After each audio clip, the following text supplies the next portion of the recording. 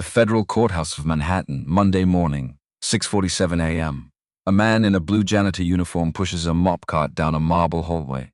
Squeaking wheels, worn shoes, nobody that looks at him, nobody ever looks at him. Then the noise hits, shouting cameras, a courtroom door thrown open. He stops. Inside, a woman stands alone at a defense table built for six empty chairs beside her, her hands gripping the wood like it is the only solid thing left in the world. A judge raises his gavel. The janitor lets go of the cart. He walks forward. Every head in the room turns. He stops at the defense table, looks at the woman, looks at the judge, and says 4 words nobody in that courtroom is prepared for. 4 words that will cost him everything and change everything. Monday came the way Mondays always do in Manhattan. Loud, cold, indifferent. Elijah Cross pushed his cart down the hallway of the federal courthouse at 6:47 in the morning, and the wheels squeaked the same way they had for 3 years. Same squeak, same hallway, same marble floors he had mopped so many times he could close his eyes. He still knows exactly where the crack near courtroom 4 ended, and where the scuff mark from Judge Patterson's briefcase began. He knew this building the way you know a house you never wanted to live in. Every corner, every echo, every smell of old paper and floor wax and ambition gone stale. He was just invisible here, and that was the point. The other janitors called him Eli. The security guards called him nothing at all. The lawyers in their tailored suits walked past him the way people walk past furniture. Which was fine. Which was exactly what he needed. Because invisible men don't get followed home. Invisible men don't get threats in the mail. Invisible men don't have to watch daughters walk to school when one is someone is forging a thing too. Invisibles was safe. Invisible was the plan. He rounded the corner toward courtroom 7 with his mop in one hand and his mind already drifting to Zara. She had a history test today. She'd stayed up too late studying, and he'd told her to go to sleep at 10, and she'd said yes, Dad, and he'd heard her light still on at 11:30. He'd stood outside her door for a minute, decided not to knock, let her study, let her be young and stubborn and alive. He was thinking about about her. Whether she'd remember to eat breakfast and then not loud at first, more like a pressure, the kind of sound that builds before it breaks. Voices, sharp ones, coming from behind the heavy double door of courtroom 7. Elijah slowed, stopped. The cartwheel gave one last squeak and then went quiet too. He pushed the door open. The first thing he saw was the cameras. 6 of them. Maybe 7. Reporters packed along the back wall like they'd been waiting for this exact moment. Because this was the Adrian Cole trial. The billionaire, the genius, the woman who built technology that could change the cost of energy for 1 billion people. The woman Nexus Corporation said had stolen everything to do it. The trial that every network in America had been covering for 3 months. Elijah knew the case. Of course he did. He cleaned the judge's chambers. He met the waste bins in the clerk's office. He had read the motions, the briefs, the amended complaints. Not because he was assigned to him to, because he couldn't not.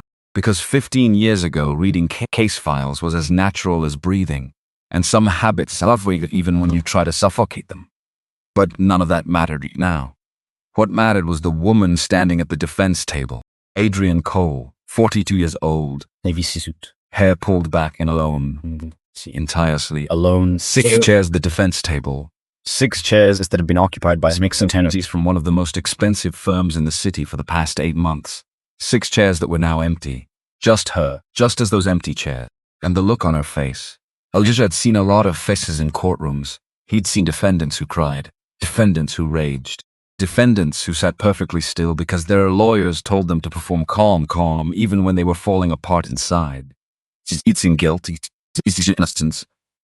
He'd seen the particular exhaustion of people who had been fighting for so long they'd forgotten what winning even looked like. But this was something else. Adrian Cole wasn't performing anything. She wasn't trying to look strong or composed or unbothered. She was gripping the edge of the wooden table with both hands, like it was the only solid thing left in the room. Her mascara was smudged. Her eyes were red. Not the red of someone who cried this morning. The red of someone who had not slept. Judge Hashel Jackson was at the baby. Something. Graying temples. The kind of man who had seen enough nonsense in this courtroom to be thoroughly unimpressed by all of it. He raised his gavel, and something happened to Elijah Cross. Not a thought exactly. Not a decision he made with his brain. More like something cracked open in the center of his chest. Something he'd sealed shut a long time ago, with every intention of never opening again. He thought about Clara. He thought about a woman standing alone. He thought about the one time in his life he had walked away. He wasn't going to do that again. Elijah Cross let go of the cart handle. The cart rolled 2 inches and stopped against the wall. He walked forward. His boots squeaked against the marble. Every head in that room turned. Reporters, attorneys, spectators. 12 members of the jury, all looking at the man in the blue janitor that from the phone. He stopped at the defense table. Adrian Cole looked up at him. Up close, her eyes were darker than he expected. Sharper, even now. Even in the middle of whatever this was. He said it quietly, but clearly. I will defend her. The room did not react immediately. There is a specific silence that happens before chaos. A held breath. A collective pause where everyone's brain just tries to cite what just actually happened. That silence processed approximately 4 seconds.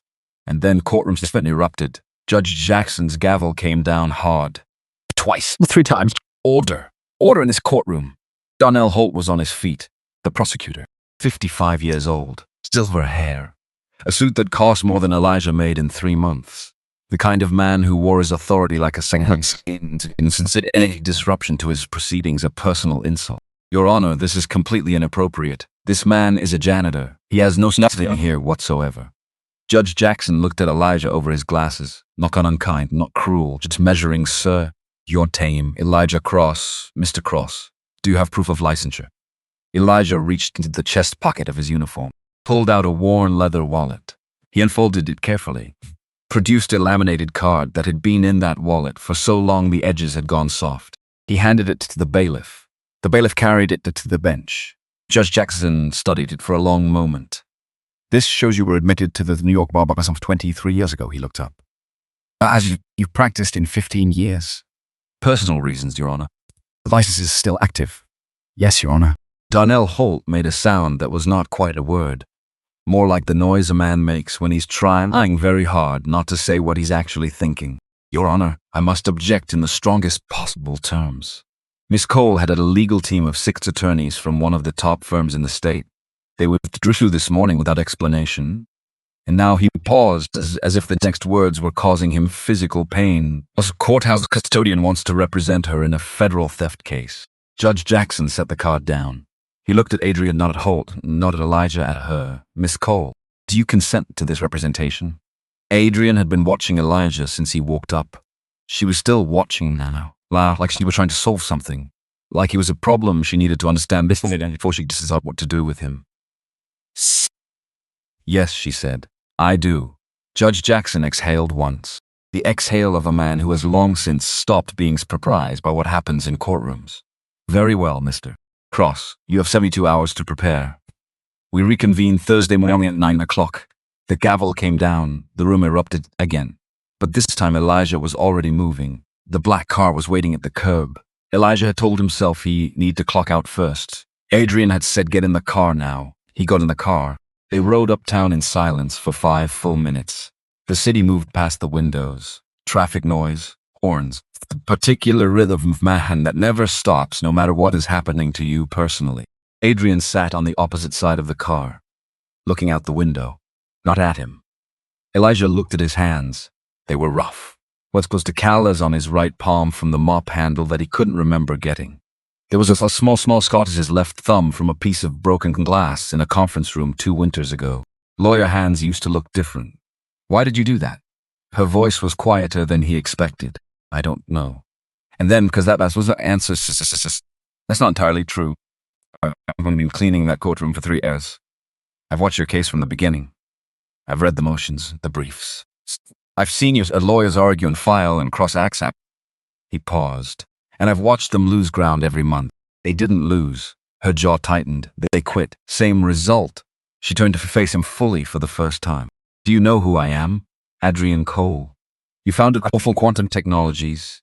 You developed an energy system that could cut global energy costs by 80% inside 5 years. Nexus Corporation is suing you for stealing the research to build it. He looked back at her. And I think the charge is manufactured. Silence. How do you know that?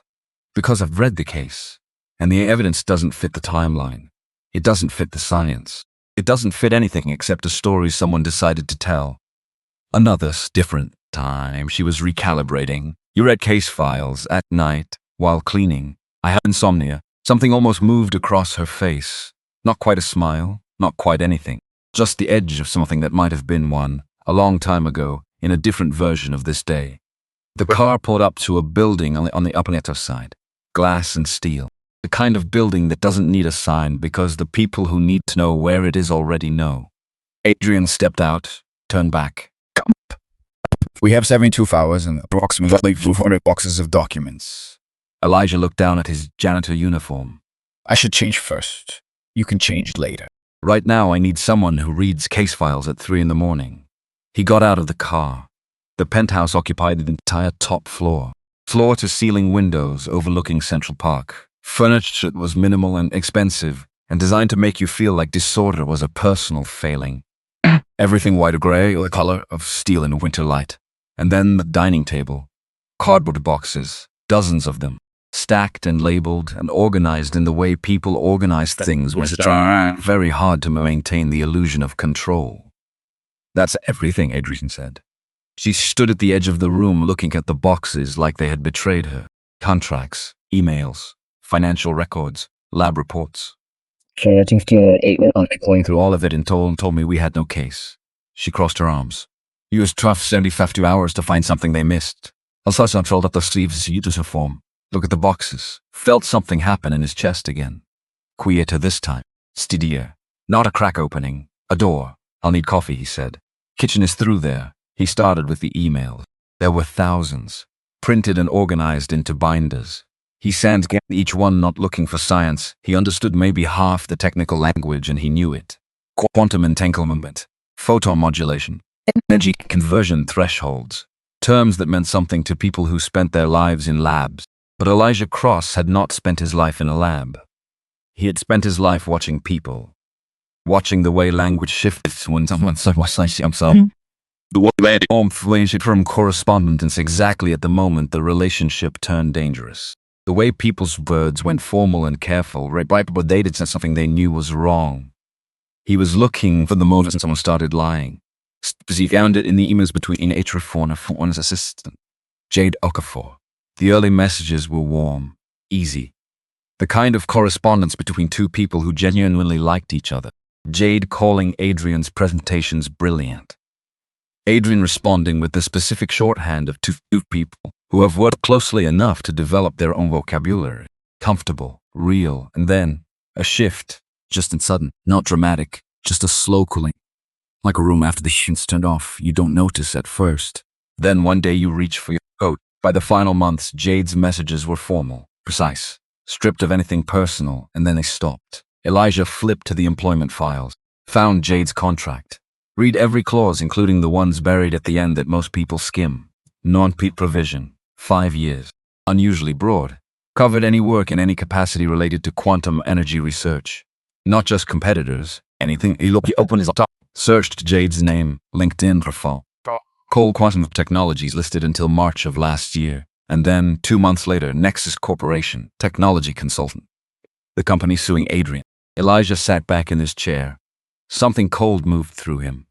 It's not surprise exactly, more like recognition. The specific feeling of sea falling into flames reveals this is worse than you hoped. He stood, walked to the window. Manhattan below him. A grid of lights.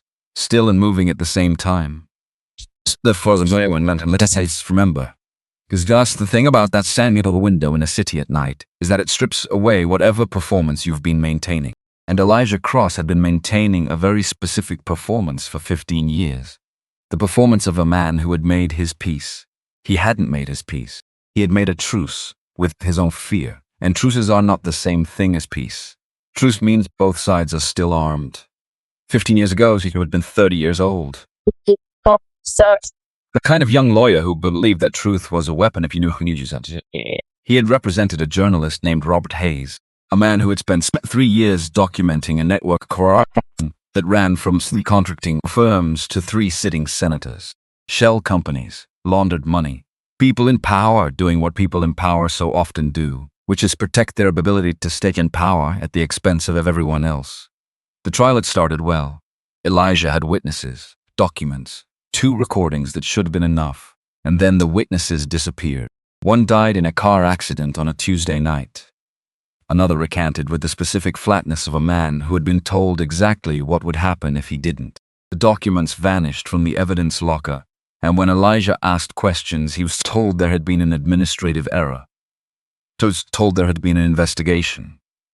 Then he was told the investigation had found evidence that Elijah himself had fabricated the documents. He was cleared, eventually, after 6 months in a process that took everything he had. But cleared is not the same as whole. No firm hired him after that. Clients didn't call. The legal community is a small world, and small worlds have long memories, and the memory they had of Elijah Cross was of a man who had been in the middle of something ugly. It didn't matter that he'd been proven innocent. It mattered that his name had been in the same sentence as the word fraud.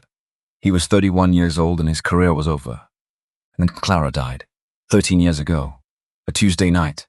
She was a nurse. She worked the night shift, and she drove home because of the parking was difficult, and she liked the air. She was walking some minutes from their apartment when a car came through the intersection without stopping. The driver was never found. The police said hit and run. They said it with the specific tired efficiency of people who have too many cases and not enough hours and a particular urgency when the victim lives in a neighborhood like theirs. Elijah knew it wasn't a hit and run in the ordinary sense. He knew it the way you know things you can't prove. Deep in the part of your body that doesn't deal in evidence. It was a message. Stop asking questions. He stopped. He had a daughter who was 2 years his toes old, no wife and nothing the life he thought he was building.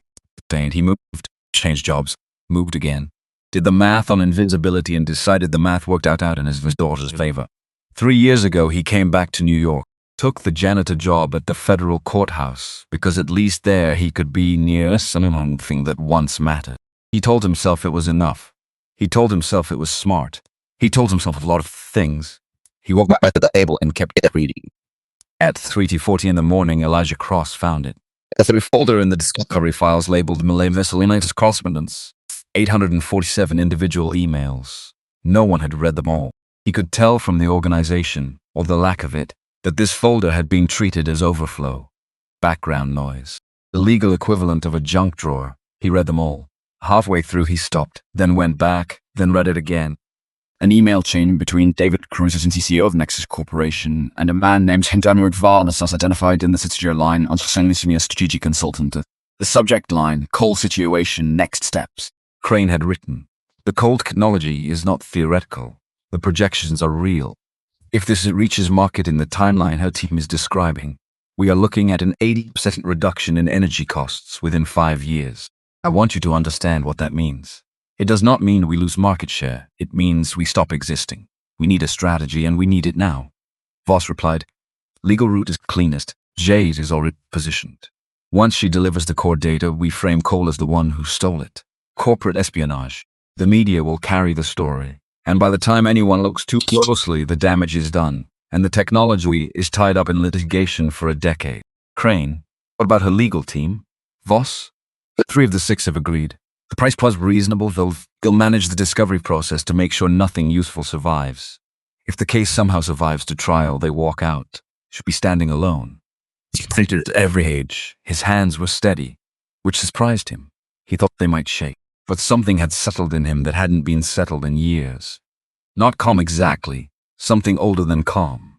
The particular stillness of a man who has found what he was looking for and now knows exactly what comes next. He walked to the other end of the table where Adrian sat working. What is it? Like you need to see this. He spread the printed emails across the table. He read slowly. Reached for face change, not dramatically. The way a landscape changes when clouds move over it. Subtle. Unmistakable. When she finished, she looked up. They planned this from the beginning. Yes, my own lawyers. 3 of them. Possibly a 4th we haven't identified yet. She stood. Walked to the window. The same window he had stood at an hour ago. Her reflection looked back at her in the dark glass, and she looked at it without flinching. My technology works, she said quietly. It is real. Spent 10 years on this. Do you understand what it could do? Actual clean energy at a cost that makes it accessible. Not just to people who can afford it, to everyone. Her voice was controlled, but just barely. and they want to bury it because it threatens their profit margins. That's how it works. Then how it works is broken. Yes, sir. She turned from the window. Why are you helping me? You don't know me. You have nothing to gain from this. Elijah thought about Zara, about the calluses on his hands, about a Tuesday night 13 years ago, and a message that had never been delivered with words. Because someone has to, he said. She held his gaze, measuring again the smoke from the car. As I question on it. More what? As she know once. Do what we do next? We build a case.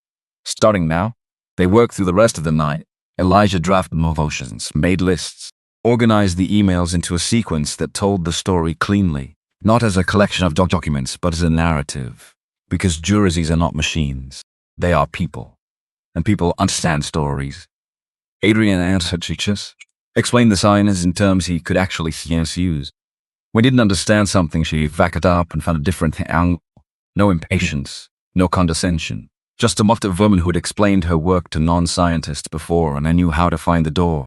By the time the sun started coming through the floor to ceiling windows, they had the beginning of something. Not yet, but the bones of one. Elijah gathered his papers, looked at the time. 5. He needed to go home, changed, prepare. His phone buzzed. He looked at the screen. Unknown number, no text. Photo Sarah. She was walking through the front gate of her school, her orange backpack, her black headphones around her neck, taken from her across the street. She didn't know anyone was watching. Below the photo, a second message appeared. 6. She needs his father to quit. Elijah stared at the screen. The room didn't go quiet. The room was already quiet. But something silent and very, very still. He was aware of Adrian watching him from across the table. She could see his face. She didn't ask what it was. She just waited. He turned the phone and showed her. She read it. The color did not leave her face exactly, but something shifted in it. You should walk away, she said. Right now. I will find another way. Elijah looked at the photo one more time. His daughter. Her orange backpack. The way she walked, always slightly too fast. But always like she's at a specific destination and a specific time to be there. Which she had inherited from Clara, along with her eyes and her habit of leaving every line in the apartment on. He locked the phone and put it in his pocket. He picked up his papers. No. Elijah, they're threatening your daughter. I know. Then, if I walk away right now, I'm teaching her that people with power always win. He said it simply, without drama. Because it wasn't dramatic. It was just I spent 15 years. No. I told myself it was to protect her. And maybe it was. But she's 15 now. Old enough to see who her father is. And I'm not going to show her a man who runs. Adrian looked at him for a long moment. You could lose everything. I already did. 15 years ago, he moved toward the door. This time I'm not running. He went home. He didn't sleep. He said, I stick sense in his absences of a solomon and blossom, and I drank 3 cups of the coffee, and it touched his mind to wob and was in the middle of a maze, which was move, constantly. Looking at different angles, checking the structure, testing the load. At 7:15, he called Zara's school. Spoke to the principal. Didn't give details. Said there had been a security concern and he needed Zara kept inside during any outdoor periods for the rest of the week. The principal asked 2 questions. He answered them carefully and she agreed without pushing further. Then he called Mrs. Delphine Garrett. Delphine said he years old and had lived in the apartment below theirs as for 9 of the 11 years they had lived in this building. She had brought them food when Clara died. She had sat with Zara on the nights Elijah worked late and made the child feel that the world's end was a safe and manageable place, which is a thing grandmothers know how to do even when they are not technically anyone's grandmother. Elijah, Delphine, I need a favor. Zara, for the week, maybe 2. I'll explain when I can. She can't stay in the guest room. I still have that puzzle she never finished. Thank you. You're doing something important, aren't you? He looked at the wall, at the place where a photo used to hang before the frame broke 2 years ago, and he'd told himself he'd replace it and never had. I'm trying. Then try well. We'll be fine here. Changed into his uniform. Went back to work. The courthouse looked at him differently now. He was the aware of the moment he walked through the service entrance. The security guard who usually looked past him actually met his eyes. The paralegal from the 3rd floor, who had never once acknowledged his existence in 3 years, stopped talking to her colleague when he pushed his car to pass them. He heard the word janitor. He heard it more than once that day. One attorney, young, expensive shoes. The particular confidence of a man who is in a loss never has anything he can afford to replace. Has all out his life cost. Good luck there, counselor. His colleague laughed. Elijah kept walking. He had 72 hours. He didn't have energy to spend on theater. That evening, he returned to the penthouse. Adrian had more files ready. They worked until 4 in the morning. He went home, slept up for 2 hours, woke up and kept going. Wednesday night, he was running on caffeine and something that was not quite adrenaline. Something older. The way your body remembers how to do things your mind thought it had forgotten. He hadn't cross-examined a witness in 15 years, but he remembered how. You don't forget how to do the thing you were built for. You just convince yourself you've forgotten. Because it's easier. Because forgetting is a kind of permission. He stopped giving himself permission to forget. Thursday morning arrived like all important mornings do. Too quickly and without ceremony. Elijah stood in front of the mirror in Brooklyn apartment and looked at the suit. 15 years old. Slit too narrow in the shoulders now. The fabric still held its shape somehow. Clara had taken it to the cleaners once a year, whether he wore it or not. She said a good suit deserved to be treated like it was still being used. He had kept doing it after she was gone. He didn't know exactly why. It seemed like the kind of thing she would have wanted. Smoothed the lapel, straightened the tie, looked at himself. There was more gray in his hair than he'd had 15 years ago. Lines at the corners of his eyes. The specific tiredness of a man who had been carrying something heavy for a very long time. But his eyes were clear. He picked up his briefcase, took the train to Manhattan. Adrian was standing outside the cocktail house at 8:30 in a charcoal grey suit with her hair pulled back and no dual jewelry, and the composed expressionism of a woman who had decided that composure was the only weapon she wanted that no one could take from her. He looked at her. "Ready?" She said. No, a pause. But we're going anyway. And she almost smiled, the edge of it, the very edge. They walked up the steps of the federal courthouse of Manhattan together. The cameras were already there, reporters calling her name.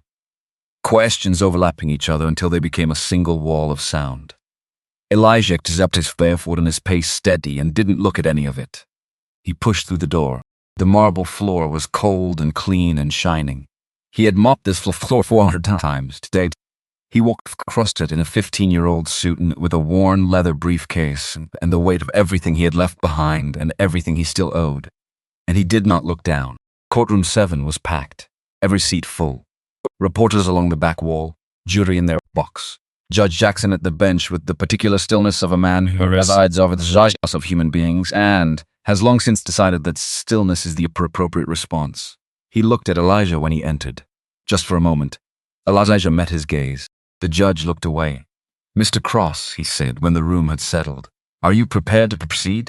Elijah set his briefcase down, opened it, placed his files on the table, looked at Adrian once.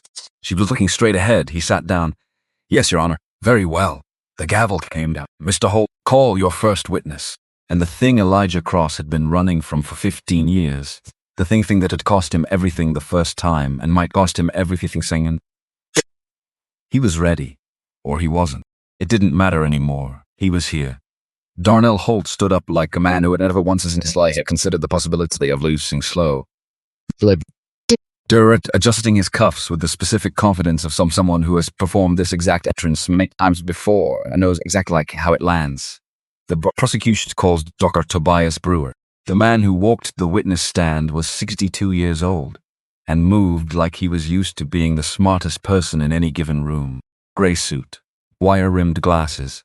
The kind of posture that comes not from but from decades of people treating your opinions as facts. He settled into the chair like it had been reserved for him.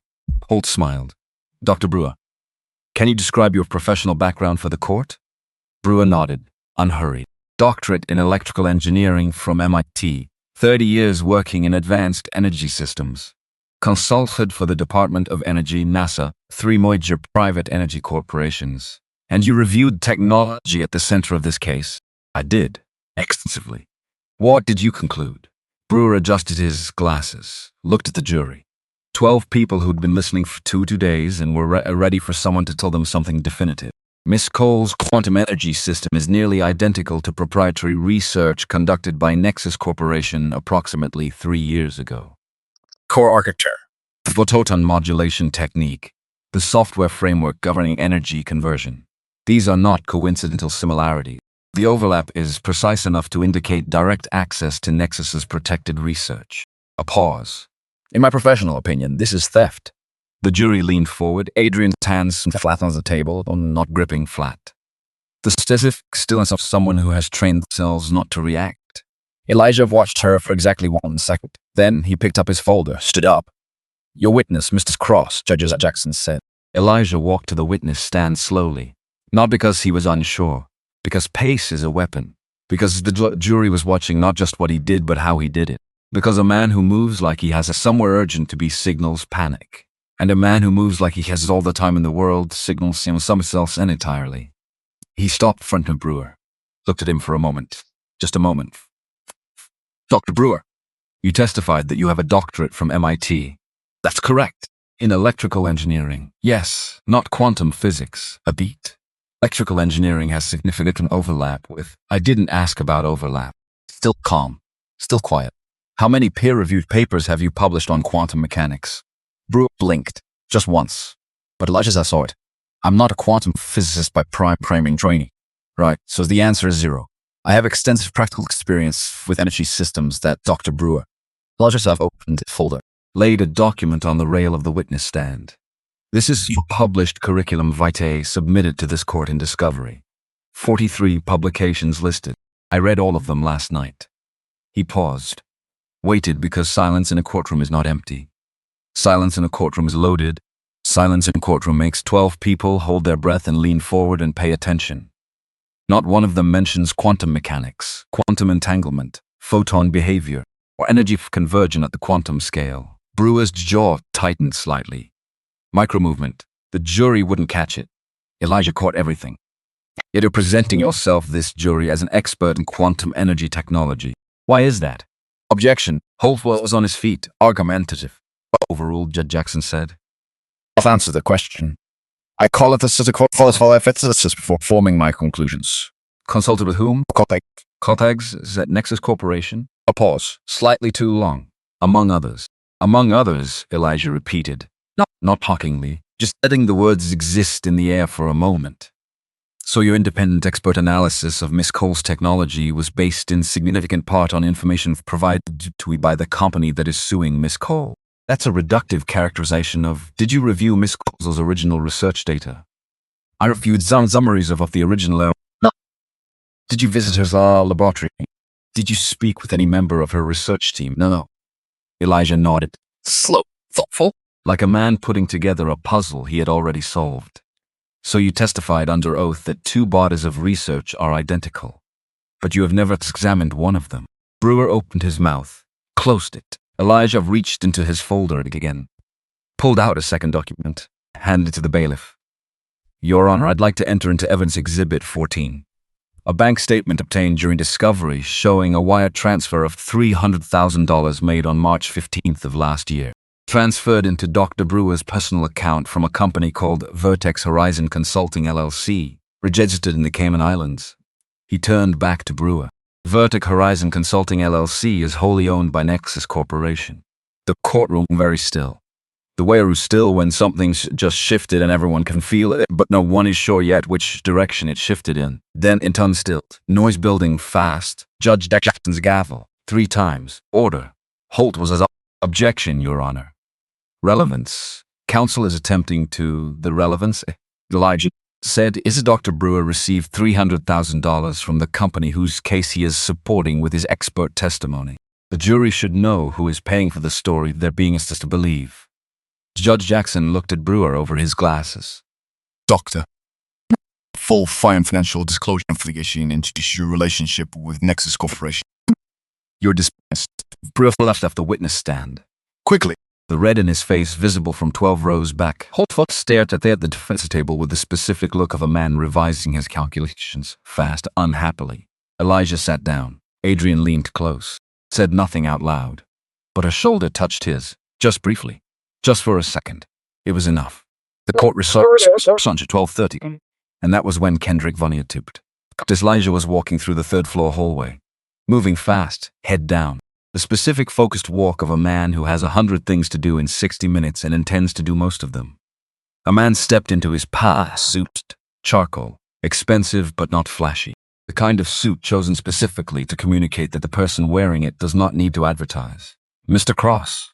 A moment. Elijah stopped, looked at him, took in the face, the posture, the specific quality of stillness that belongs to men who spend their lives arranging things from a distance, and have learned that the best way to never be implicated is to never appear rushed. Hendrik Voss, in the flesh. The name from the emails made real and standing 4 feet away. I don't believe we've met, Elijah said. No, but I knew quite a bit about you. Voss smiled, the smile of a man who considers smiling a strategic tool. You did very well this morning, genuinely impressive. That move with big step and bound to do elegant. Was I want to give you information, and then I want to make you an offer. He said it pleasantly, like they were discussing lunch options. The information first. Those 6 attorneys who withdrew from Miss Cole's case. They didn't all quit of their own volition. 3 of them were paid to walk, and 2 of those 3 were on retainer before the lawsuit was even filed. Elijah went very still, which means, Voss continued, that the discovery process, the 8 months of document review that your predecessor locally produced nothing useful, and found from day one. Things were missed intentionally. Things were buried. You're not just missing evidence, Mr. Cross. You're working from a deliberately damaged foundation. The hallway was empty except for them. Somewhere down the corridor, a door opened, plunged, footsteps went the other way. Elijah said, walk away from this case today. We'll ensure you're compensated, generously enough that your daughter's educational future is entirely secure. No concerns, no complications. The word dot. Something happened in Elijah's chest, cold and fast and controlled. Say her name again, he said, very quietly. And I will have this conversation in front of a federal judge before you finish the sentence. Voss's smile didn't waver, but his eyes did something. A small adjustment, recalibration. I'm simply pointing out that you have responsibilities beyond this case. We all make calculations, Mr. Cross. I'm offering you the chance to make a favorable one. Here's my calculation, Elijah said. You just told me that the discovery process was deliberately sabotaged, which means I need to rebuild my evidentiary foundation from scratch in approximately 36 hours. So I'm going to need you to get out of my way because I have a significant amount of work to do. He walked around Voss, didn't look back. But his mind was already moving. Fast, the way it had moved in his best years. The way it moved when the problem was real, and the stakes were actual, and there was no cushion between him and the consequence of getting it wrong. Deliberately damaged foundation. 3 of 6 lawyers. Compromised before the filing date. He needed to find what they buried. He had 36 hours. He found the apartment empty that evening. Not his. Delphine had Zara, and he'd confirmed that at noon with a text that said simply checking in and a response that said all good, making Chili stop worrying. His own apartment. He'd gone home to get a change of clothes and his secondary copies of certain documents and his reading glasses, which he'd forgotten, and which he refused to acknowledge needing as much as he did. The door was ajar, just slightly, the way a door sits when the latch didn't quite catch. Except he always checked the latch, always, twice, 3 times on bad day, listened. Elijah stopped in the hallway, listened, nothing. No sound from inside, no movement. He pushed the door on slowly with his foot and stayed in the doorframe. The living room looked like a place where a contained photo of violence had occurred. Furniture overturned. Couch cushions slashed open. Papers everywhere. The kind of everywhere that is not ransacking but searching.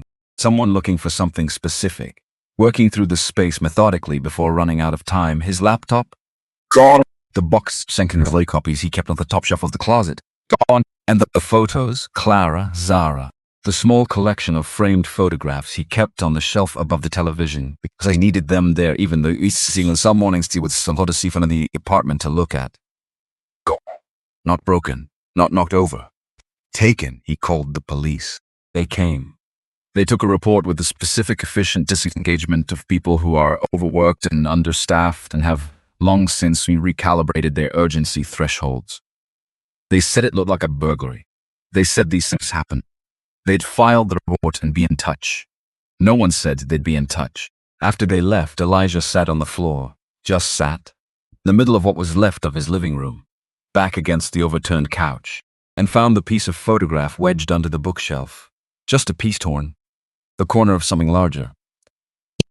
Clara's hand and Zara's hand and Zara. Reborn. The first day in the hospital. Fingers curled around Clara's thumb with the specific grip of a person who has just arrived in the world and is not planning to let go. He held that piece of photograph for a long time. Didn't cry. Didn't say anything out loud.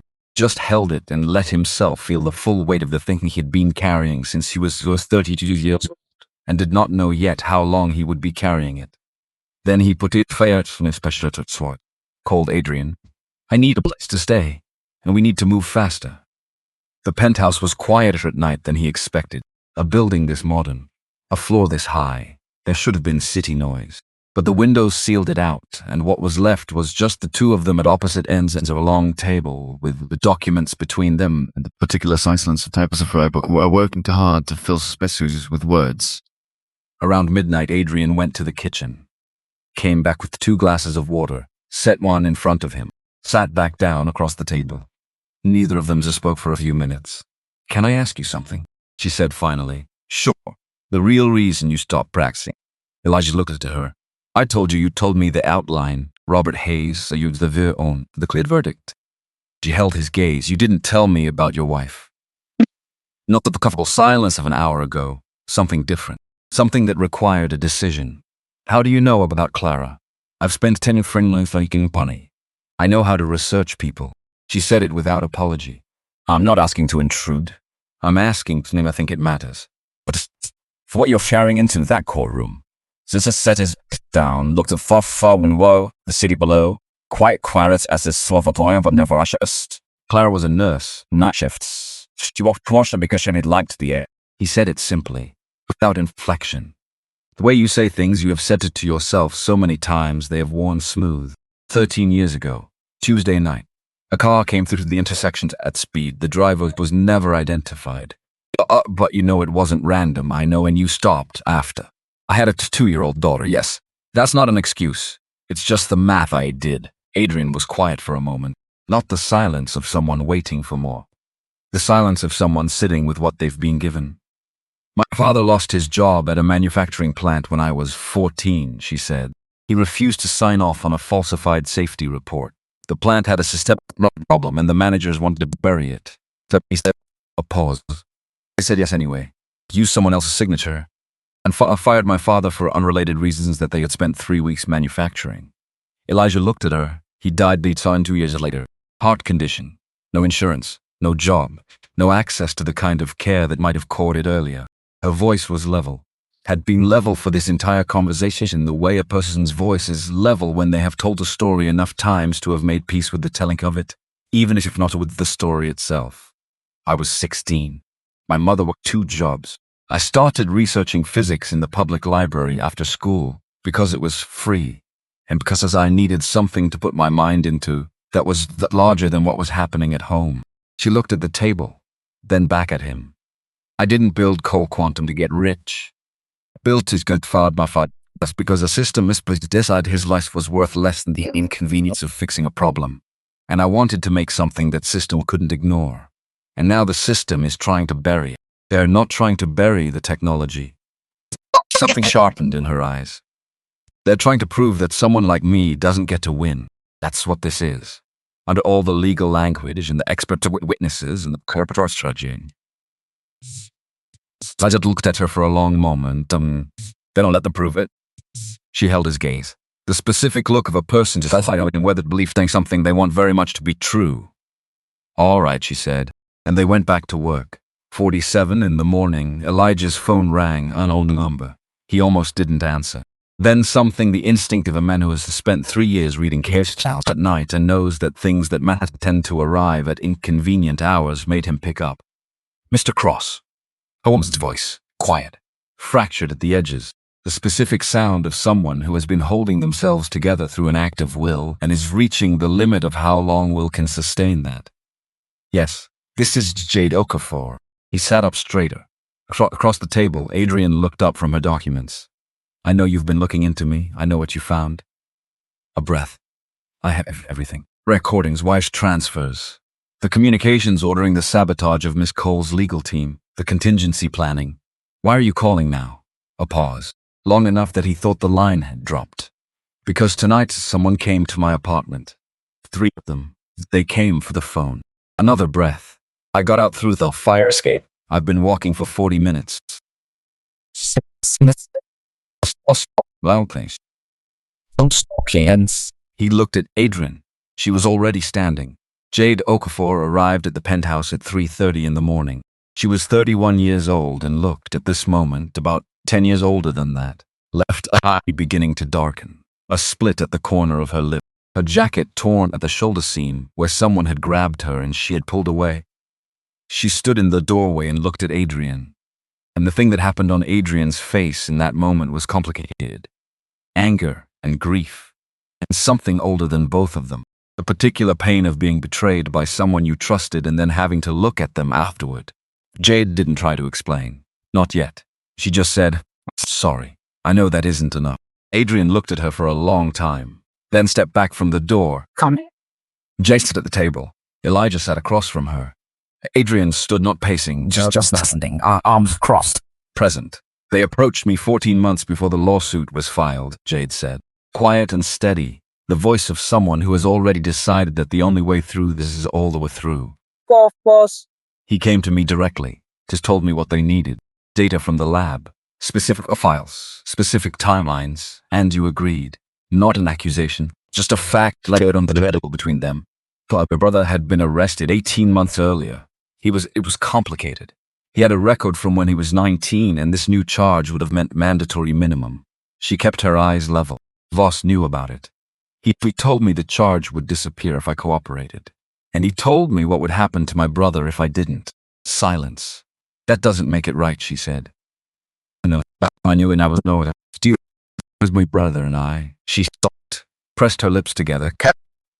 I gave them what they asked for, and then they owned me. And by the time I understood the full scope of what they were building, I was already in the middle of it. She reached into her jacket, pulled out a phone, placed it on the table. "Everything is on here. Every call, every payment. The communications about the lawyers, the planning documents." Elijah picked up the phone carefully, unlocked it, started scrolling. It was real, all of it. Organized with the specific care of someone who had been collecting this for a long time, waiting for the moment they had the nerve to use it. This is everything we need, I know. Why tonight? Why not a month ago? 6 months ago? Jade looked at the table, then back at him. "Because tonight they sent 3 men to my apartment. Which means they're not planning to let me be a loose end anymore. And because I've been watching what you've been doing in that courtroom. And I thought," she stopped, started again. "I thought if someone like you can walk back into something like this, after everything, then maybe I can too." Elijah started uploading files to the cloud. And then the window exploded. Not cracked, not broke, exploded. A single pane of floor-to-ceiling glass erupting inward in a cascade of sound and glittering fragments that scattered across the white marble floor like something beautiful and terrible at the same time. 3 tactical gear, weapons raised, moving with the specific efficiency of people who have done this exact thing before and have a time frame they intend to keep. First one scanned the room. The phone, all devices. Now, Everything happened in a compression of time that Elijah later struggled to sequence correctly. Because fear does that. freeze time. Compresses it. Makes things happen simultaneously that couldn't possibly be simultaneous. A sound close. Too close. But Jade made a sound that was not a word. She was on the floor. Hand pressed to her left shoulder, and red spreading fast through the gray fabric of her jacket. Too fast, Elijah moved. He didn't think. There was no room for thinking. His body moved because bodies that have been in danger before remember what danger requires and do not wait for the mind to catch up. He got Jade by her uninjured arm, pulled her upright. Her weight leaned into him. She made a sound clenched teeth that told him she was conscious and intended to stay that way. "Move," he said. Adrian was already at the hallway door, holding it open. Her face was the color of the walls, white and absolutely steady. Because Adrian Cole had built a billion-dollar company from a public library and a dead father's memory, and she did not fall apart. Not even now. Especially not now. They moved. Down the hallway. The panic room at the end. A door that weighed 200 pounds and sealed like a vault, and had been installed by a security company that Adrian had hired 3 years ago. when the Nexus lawsuit first started getting ugly. She'd hoped she'd never use it. She input the code with fingers that did not shake. The door opened. They got in. It closed. The sound of the world outside became muffled. Like listening through water. Jade was sitting against the wall, still pressing her hand to her shoulder, pale, breathing through her nose in the deliberate way of someone managing pain by making breathing a conscious act. "Stay with me," Elijah said, pressing his own hand over hers. "You're going to be okay?" From outside, footsteps. Heavy, fast, purposeful. And then the sound of machinery. Drilling designed to go through things that are supposed to not be gone through. Aged Bass against the steel wall, looking at the door. "Oh, how long does this hold?" "Long enough," Elijah said, and meant it, because it was going to have to be. He pulled out his phone. The signal inside the panic room was weak but present. He opened every file he had already uploaded, checked the cloud confirmation. All of it there. All of it safe. Now he opened his contacts, opened his email and started sending FBI, Federal Prosecutor's Office, 8 investigative journalists, the offices of 2 U.S. senators who had been quietly looking at Nexus Corporation for 18 months and had no idea that the evidence they needed was coherent to their inboxes at 9 in the morning. He sent everything. Then he sat next to Jade and kept pressure on her shoulder and listened to the drilling and did not look at the timer. He could not see at the same. He not the second cease and he could not count finot. Did not think it about Zara or Clara or the piece of photograph in his shirt pocket. He thought about the emails, the evidence, the chain of it. Crane to Voss. Voss to Jade. The 3 lawyers. And his $300,000. The whole instructed architecture of a lie that someone had spent over a year and millions of dollars building. And how it was right now, in this moment, arriving in the inboxes of people whose job it was to tear things like that down. Jade's breathing was slower, more even, controlled. "Sorry," she said again. "You already said that. I know. You did the right thing," he said. "Tonight." He looked at that thing that... You know, it's just the eyes of someone who's been carrying something very heavy for a very long time and has just set it down. "Is it?" "Yes," he said. "Certain. It is." The drilling stopped, which was either good or very, very bad. Silence, and then a sound from above. Rotors close, getting closer. And then voices from outside the door. Shouted commands, quick footsteps. The unmistakable situation being controlled by people who control situations professionally then. A voice, through the steel, clear and calm and carrying the specific authority of a person who knows exactly who is in this room and is not worried about any of them. "Mr. Cross, this is Agent Sandra Osei, FBI. The threat has been neutralized. You can open the door." Elijah looked at Adrian. She exhaled once, Long. like someone releasing a breath they'd been holding for years. "And it's not just tonight. Years." He stood, moved to the door, and said the release code. The lock disengaged. The door swung open. Sandra Osei is 47 years old, gray threading through her natural hair. Tactical gear over a frame that was compact and entirely unbothered. Eyes that had seen enough in 20 years of federal work back that very little could make them widen. She looked at Elijah. He looked at her. "Sandra. You look terrible, Cross. How fast?" "Your emails came in at 4:09. Wheels cut off at 4:21. She looked first him at Jade, who was sitting against the wall with a field agent already working on her shoulder. Then at Adrian, who was standing at the doorway of the panic room with the composure of a woman who had just survived something and was not going to make it about herself. Then back at Elijah. Something moved in Sandra's eyes. Not professional. Something older? Something from 20 years ago when they had worked over a fraud case together. Yeah, and he had been sharpened, relentless, and the biggest prepared person she'd ever seen walk into a deposition. She had watched what happened to him after. She had never said so. There hadn't been a way to say so, but she had watched. "We have Crane," she said. "Teterboro Airport." He was boarding a private flight to Zurich with a second passport and 2 suitcases. A pause. He didn't make it to the runway. "Voss, Greenwich, Connecticut. In custody as of 40 minutes ago. The lawyers, the 3 who are on retainer, will get there. Tonight were pawns." She held his gaze and said the next thing quietly, so only he could hear it. "You're still standing, Elijah." He looked at her. "I'm still standing," he said. She nodded once, turned back to the room, back to the work, because there was still some significant amount to do. But for one moment, one specific moment between the chaos behind them and to the chaos still ahead, Elijah crossed the door of a panic room in a 15-year-old suit, with evidence on his phone and a torn photograph in his shirt pocket, and the first real stillness he had felt in longer than he could name. Not victory, not relief, just the simple, undeniable fact. He had not run, and that, for now, was enough. David Crane did not make it to the runway. That was the detail that stayed with Elijah. Not the arrest itself, not the charges, not Sandra's press conference at 7 in the morning outside the federal building with her voice as level as if she were reading a grocery list. The detail that stayed was the runway. Because Crane had a plan. A second passport obtained through channels that would take investigators months to untangle. A flight to Zurich. A wire transfer of $47 million that had cleared 3 hours before the arrest. A whole constructed exit. Careful, expensive, thoroughly thought through. And he didn't make it. He was sitting in the back of a federal vehicle at Teterboro Airport in New Jersey, with his hands behind his back, and his 2 suitcases still on the tonneau.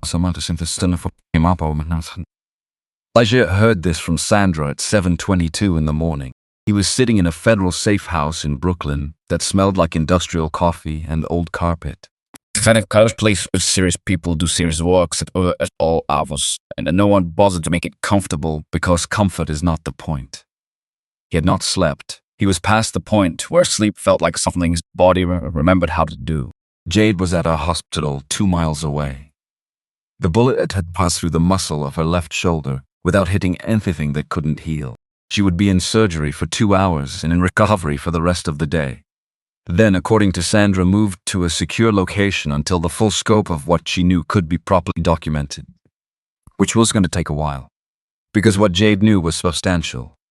Adrian was across the room, on her phone, already working, already coordinating with her remaining team. The ones who hadn't been compromised. The ones spent 8 months watching their colleague undermine everything, and had said nothing because they had no proof and no one to tell. They had proof now. He just his 3rd cup of bad coffee and looked at nothing in particular and let his mind do what it always did when a case was ending, which was audit. Go back through every decision. Every move. Find the things that almost went wrong. File them somewhere useful. There were several. He filed them all. Sandra gave them the formal summary at 8 o'clock. She stood in the center of the room with a folder she didn't open and delivered facts the way she always delivered facts. One after another. No editorializing. No drama. David Crane, in custody. Charged with fraud, conspiracy, obstruction of justice, act of conspiracy to commit assault in connection with the shooting of Jade Okafor. Kendrick Voss, in custody, same facility. Already calculating which direction led to less time, which Sandra says that was the behavior of a man was going to make things interesting for the next 6 months. The 3 as attorneys who had been on retainer with Adrian's former legal team, being interviewed individually, each unaware of what the others were saying, which was the correct way to handle people who would each try to minimize their own role and maximize everyone else's. Holt. Suspended pending investigation. Dr. Tobias Brewer, under financial investigation, facing charges related to perjury and fraud, and the charges against Adrian Cole. Sandra looked at her directly when she said this part. Dismissed. All of them. The evidence made it unambiguously clear that Adrian had been the target of a coordinated fraud from the beginning. A public statement to that effect would be issued later that morning. Adrian received this, the way he was most thanks. Without vessel. Jolly sorry still. Hands for stains. There's Said. one word. And then she looked at the window. Elijah watched her. He understood what was happening. This was not relief in the way people imagine relief. This was the moment after. When the crisis has ended and your body doesn't know yet how to stop being in crisis mode. When you've been running on adrenaline and dread for so long that their absence doesn't feel like peace. It feels like a strange and orienting quiet. She had been fighting for 8 months. Before that, building for 10 years.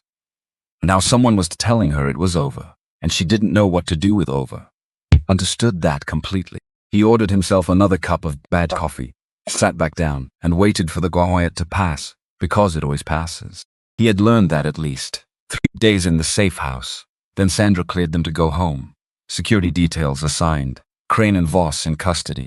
Their immediate network either arrested or in the specific of hiding that people go into people or we understand, and there is no longer anything to be gained from further action. The immediate threat was over. Elijah went to Mrs. Delphine Garrett's apartment first. He rang the bell. He heard footsteps. Then the door opened and Zara was there.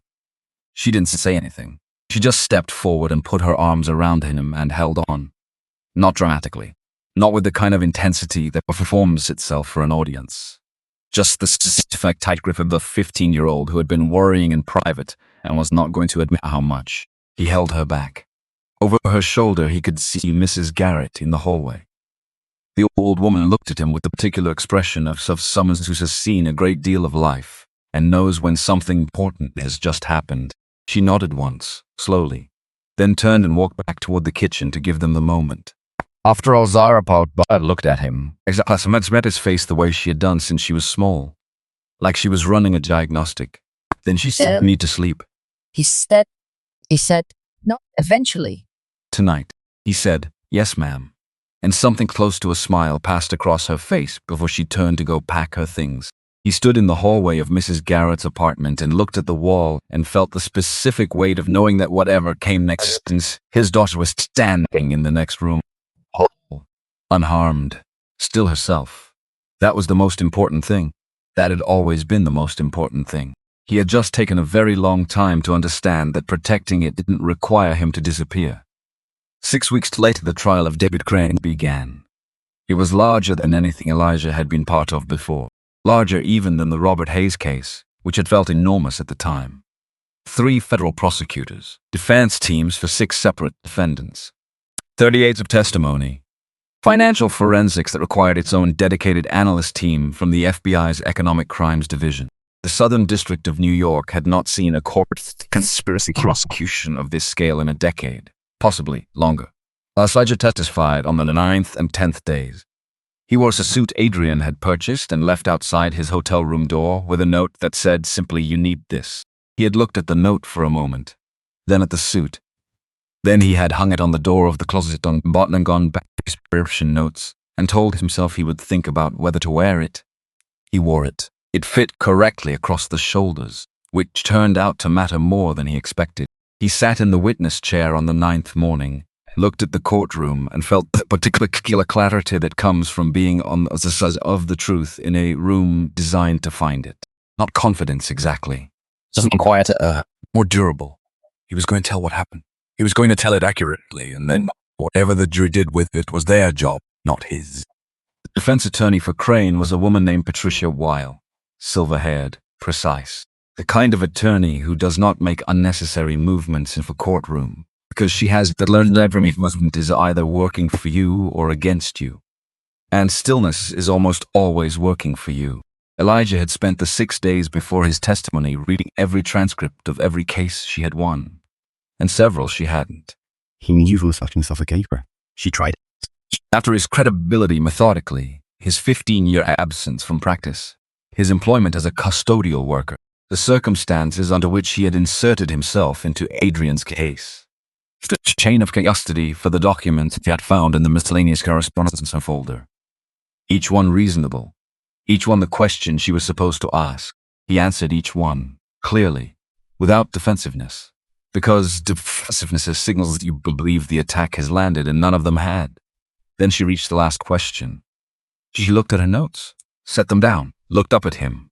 She told the jury that he had been accused of evidence fabrication 15 years ago, that his last significant legal case had ended with a bar investigation and a professional reputation in ruins. Courtroom went still, the kind of still that is actually loud. Elijah did not look at Patricia Weil. She turned and looked at the jury. Different in ages, different faces. People who had jobs and family concerns that had nothing to do with this courtroom, and who had nonetheless been sitting in these chairs for 9 days trying to do something right with something difficult. He spoke directly to them, not performing, not constructing, just saying the true thing in the clearest way he knew how. Yes, he said. 15 years ago, he was accused of fabricating evidence. He was investigated. He was cleared. And then he watched the career he had built get taken apart anyway, because thus being accused of something and being guilty of it to produce the same results whether the people around you decide the accusation is enough. He stopped for a moment. Let that sit. Then, he had stopped practicing law. He had moved. He had done work that kept him out of sight. He had told himself it was practical. He had told himself it was for his daughter. And maybe it was, for a while. But he had also tried the alternative. He knew what running cost. It cost you the part of yourself you actually needed. So when he walked into courtroom 6 months ago and saw a woman standing alone at a defense table that should have had 6 lawyers at it, he made a different choice. His daughter had been threatened. His home had been broken into. He had been offered money to walk away, and he had said no. He had sat in a law-bound room with a woman leaning next to him and sent evidence to every inbox he could reach because there was only one moving left yet. He looked at the 12 people across from him. Not because he was brave, he said, because he had already tried the other option. He knew what it felt like. He was not going back to it. Patricia Weil set her pen down. No further questions. The room exhaled. And for the first time, I lied testimony across 11 witnesses and 47 exhibits. As Elijah Cross allowed himself one moment of something that was not quite peace, but was adjacent to it. Then he stood, straightened his jacket, walked back to his seat. Adrian did not say anything, but her hand touched the back of his briefly as he sat down. Just for a second. Just enough. The verdicts came on a Wednesday. Elijah was in the gallery. Not at the counsel table, not at the prosecutor's table. There was nothing for him to be at either. It was not his case to argue. His part had been... He sat in the 3rd row, and he listened. David Crane. Guilty on 14 counts. Kendrick Voss. Guilty on 11 counts. The 3 attorneys from Adrian's former legal team. Guilty on charges ranging between them from fraud to conspiracy. Each face in the gallery reacting differently to each name. Some people nodding. Some people closing their eyes. Dr. Tobias Brewer. Guilty on 2 counts of perjury. 1 count of fraud. Darnell Holt. Guilty on 3 counts, including accepting payment to conduct a prosecution he knew was based on fabricated evidence. Pate received 32 years. Voss received 21. Holt received 9. Elijah sat and heard each one. He did not feel triumph. He did not feel the sharp, clean satisfaction that movies assign to moments like this one. What he felt was just something quieter and more complicated. Something that took him a few days to name correctly. What he felt was weight leaving. Not all at once. Not dramatically. A slow, specific departure of something that had been so constant for so long that he had stopped noticing it was there. The way you stop noticing a sound until it stops. And then the silence is almost startling. He had been carrying something since he was 30 years old. He was 45 now. The math of that was not lost on him. After the verdicts were read and the room began to shift, and then Elijah stayed in his seat for a moment. Just a moment. Long enough to let the room clear a little. Long enough to sit with the quiet. Then he stood, gathered his jacket, walked out. Sandra found him in the hallway outside the courtroom. She looked at him. She had been in the gallery too, but he hadn't seen her come in, which was very Sandra. 20 years of federal work had made her exceptionally good at being present in rooms without announcing it. They walked together toward the elevator without speaking. Sometimes that is the correct response. Sometimes the thing that needs to be said is better said by not saying anything at all. On the ground floor, she pressed the button for the lobby and turned to him. "There's one more thing," she said. He looked at her. Her voice was the voice she used when she was being careful, precise. The voice that meant she had thought about this before arriving at it. 3 weeks earlier, her forensics team had recovered a file from Green's encrypted server, almost completely deleted. 11 weeks to reconstruct. She had been sitting on it while the trial concluded, because she had not wanted to hand Elijah's attorneys a reason as for a continuance. She hadn't wanted to give Crane's defense anything they could use to introduce confusion about the timeline. But now the verdicts were in, and he had a right to know what the file said. She gave him the folder in the elevator. He opened it. 1 page. Partial reconstruction. Some sections still corrupted. But the date was clear. 13 years ago. The header partially damaged but recoverable. Subject, Cross. Secondary measure. What followed was a documented schedule. Clara's schedule, her shift times, her route home, her building address, the specific corner where she usually crossed. At the bottom, partially uncorrupted, was a budget notation, an approval. 1 line item. Under a project code, Sandra's team is trace through 3 layers of shell accounting to a single disbursement. 4 days before Tuesday night in Brooklyn. 13 years ago, Elijah stood at the elevator and read the page. Read it again. The elevator arrived at the lobby floor. Neither of them moved. The doors opened, closed again. The elevator stayed. He had known. For 13 years he had known. The part of himself that does not deal in evidence or argument or the formal structures of proof. The part that simply knows. He had known from the night it happened. He had known from the specific way the investigation stalled. He had known from the message it sent and the silence that followed it. And he had carried that knowing alone for 13 years. Because knowing without proof is a very specific kind of weight. It cannot be put down. It cannot be shared. It cannot be resolved. It simply has to be carried. He had carried it. Now he was holding a piece of paper that said he had been right. And the thing he felt was not what he expected. He expected rage or grief. or some particular satisfaction had been proved correct After all this time, what he felt was something much simpler and a much harder name. He felt seen. Like the part of him that had known silently, alone for 30 years had finally been acknowledged. Not by Crane, not by the system, by the record itself. By the main fact of a reconstructed document sitting in his hands telling him that he had not been wrong. He had not imagined it. He had not constructed it out of grief. It had been real. Clara had been taken, and he had known, and now there was paper. Sandra pressed the lobby button again. The doors opened. She stepped out. He followed. They stood in the lobby of the federal building. "What do you want to do with this?" she said. He looked at the page one more time. The charges against Crane were already significant. 32 years. Patricia Weil would spend the next decade filing appeals. And charges related to Clara would extend the case by years. It would require Elijah to revisit everything he had spent 15 years trying to survive. It would put Zara in the middle of something he had always wanted to keep her out of. But it would be on record. Clara would be on record. The truth of what happened to her would be on record. "Yes," he said. "Add the charges, all of them." Total nodded. Crane's attorneys will fight the document reconstruction. They'll argue certainty margins on the recovered data. But trust me enough to proceed, he said. "Proceed." She held his gaze and said the next thing quietly. "I've known a lot of lawyers in 20 years, good ones, and ones who were less than that, and ones who were something in between.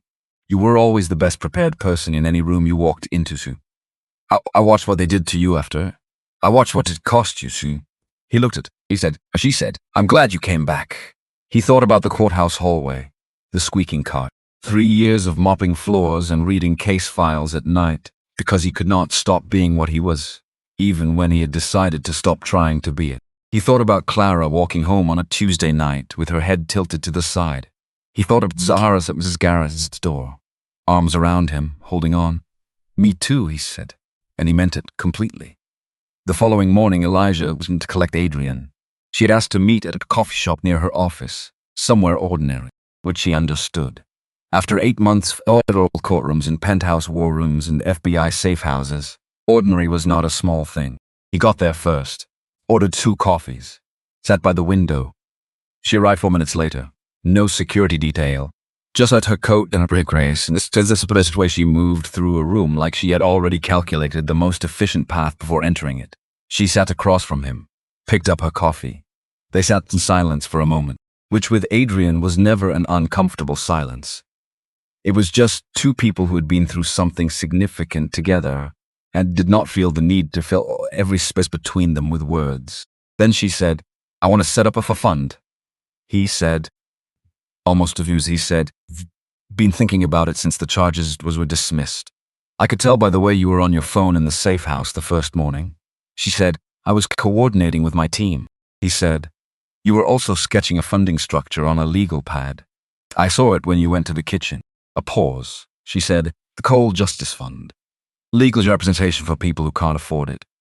People the system doesn't see because inconvenient." He said, "Yes," she said, "I want you to run it." He looked at his coffee. He thought about the janitor's cart in the hallway, about the 3 years of muffling floor in a building full of arguments he was not allowed to make, about what it felt like to roll up his slushes in Adrian's entrance house at midnight, with 400 boxes of documents, and the first real problem in front of him in 15 years. He thought about the grandmother in the Bronx, the factory worker in Queens, the veteran. A teenage in home with the inconsistent timeline on his reset report. He thought about every person who had walked into a situation then they couldn't fight their way out of, because no one with the right skills had been willing to stand next to them. He said, "What's the scope?" She said, "Year 1, 50 cases minimum. Year 2, 100. We'll expand as the revenue from the technology licensing scales up. I'm in negotiations with 3 countries right now. The fund will be self-sustaining within 4 years. He said, "You already did all the financial modeling," she said. I said, "I did it in the safest house." He said a legal pad. He said, "Different legal pad." He looked at her. She looked back. And there was something in that exchange that didn't require further elaboration. 2 people who had been thrown in the same situation from completely different directions and discovered somewhere in the middle of it that they were more alike than either had expected. He said, "I'll do it." She picked up a coffee, took a deliberate sip. She said, "I already signed the lease on the office space," he said. "Of course you did." She said, "Street 3 floor has a conference room and a small library. I had law books ordered." He said, "Everything is online now." She said, "Every law office needs a library. It's not negotiable." He almost smiled, and she saw it. And she looked at her coffee so he wouldn't see that she saw it, which was, he'd come to understand, about as close as Adrian Cole got to him in professional settings. Now, it was, this way explain exactly enough.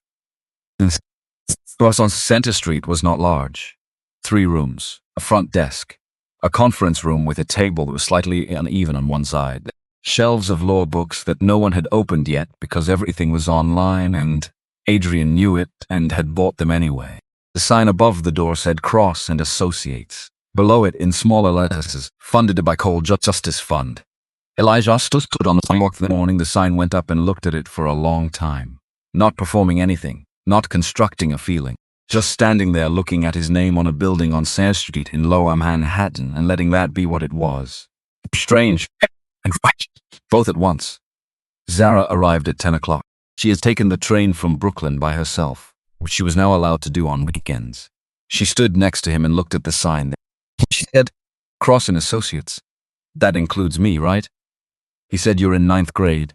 She said, "Often I can file things. I'm very organized." He said, "You leave every cabinet in our apartment open." She said, "I leave them open because I'm going to close them later. That's called efficiency." He looked at her. She looked back, patient, confident in the way of someone who already knows how this conversation ends. "You're not answering phones." She saw pumped her fist once, briefly, then walked inside like she owned the place, which she sort of did. He followed her. For the first week, 51 people called.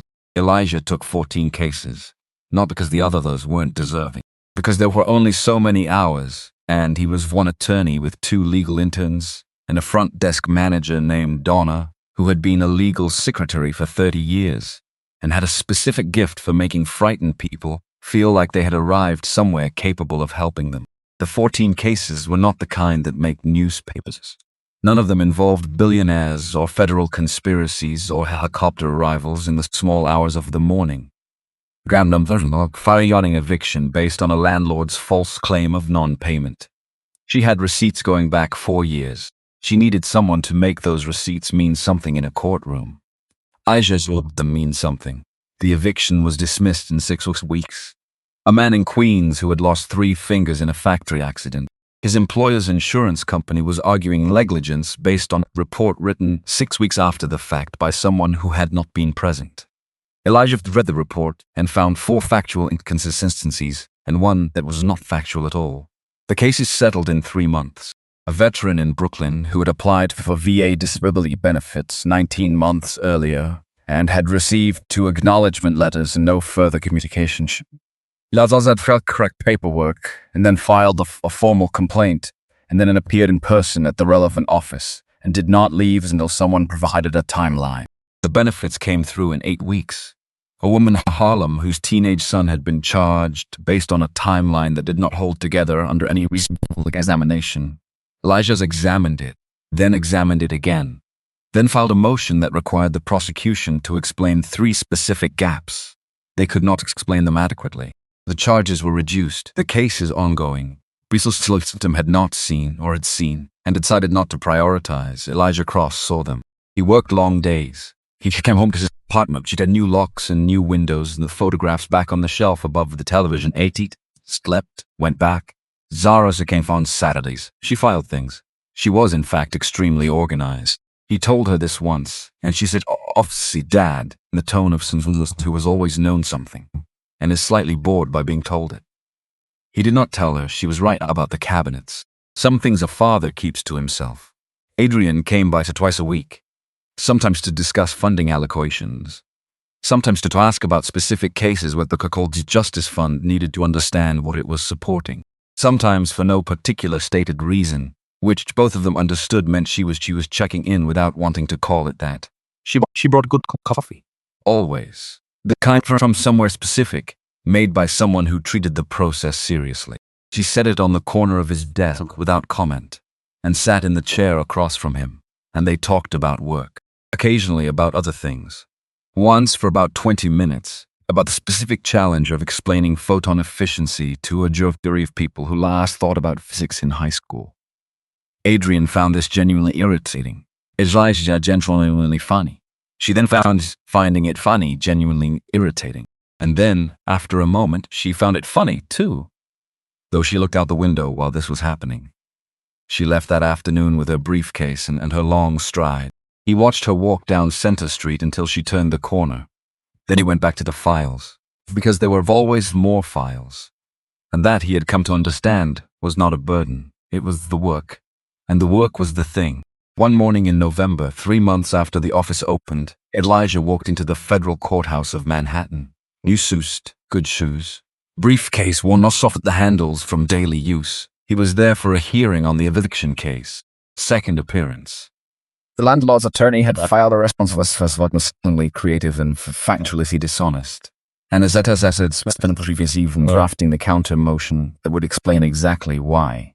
He walked through security, down the central corridor, the marble floors and high ceilings, and the particular smell that had once meant something very different to him, that had once been the smell of 3 years of visibility.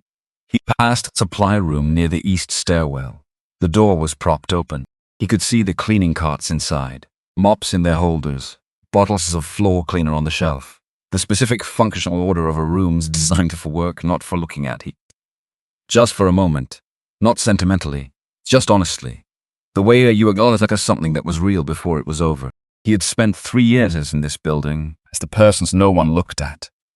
He had learned every crack in every floor. He had emptied bins in the judges' chambers and read the documents left on their desks. He had kept running out in hassle cases he would have argued differently. Cases where the evidence was being misread.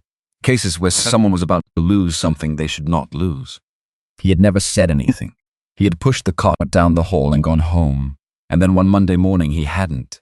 He kept walking, past the east stairwell, past the clerk's office, past the third-floor conference rooms where our attorneys prepared arguments in the 30 minutes before their hearing with the specific focused tension of people who know exactly what is at stake. He stopped in front of courtroom 7, pushed the door open. Empty. Benches polished and still. The jars positioned at the front catching the November light through the high windows at a particular angle that made the room look like something from another era, which in some ways it was. He stood in the doorway and looked at the room, looked at the defense table. He had stood at that table in a 15-year-old suit that was slightly too narrow in the shoulders. He had stood at that table with a worn leather wallet and a laminated card and the accumulated weight of everything he had walked away from. He stood there and said, "It's 4% into a room that did not know what to do with them." And then he had done the work. He thought about Clara, not with the specific grief of first years, which had been a grief that lived in his body and woke him at night and followed him through rooms, but with the quiet, particular love of someone who has accepted what cannot be changed and is learning, slowly, how to carry it differently.